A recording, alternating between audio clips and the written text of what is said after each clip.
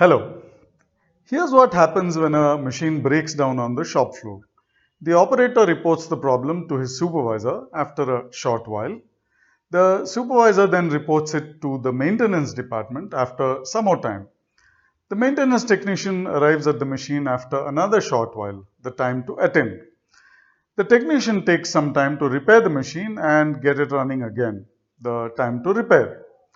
With an Industry 4.0 based manufacturing monitoring system, all these times can be captured and the data used to reduce machine downtime caused by breakdowns. The manufacturing monitoring system gives you reports of trends of MTBF, which is the mean time between failures, MTTA, mean time to attend, and MTTR, the mean time to repair.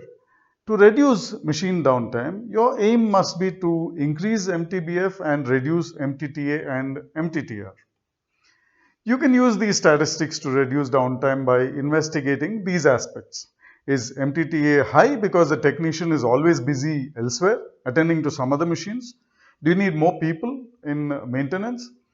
Is it a work ethics issue? Are technicians not really serious about going promptly to a machine that is broken down?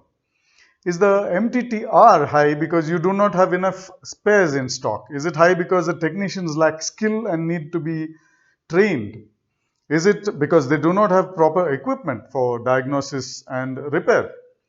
Is the MTBF uh, low because the machine is very old? Does it make economic sense to replace it with a better machine? Is it because poor quality spares are being used or the repair jobs done are poor because the technicians lack skill?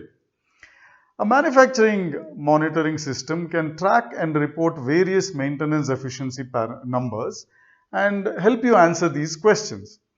You can improve maintenance efficiency this way and improve profits by reducing machine downtimes and improving OEE.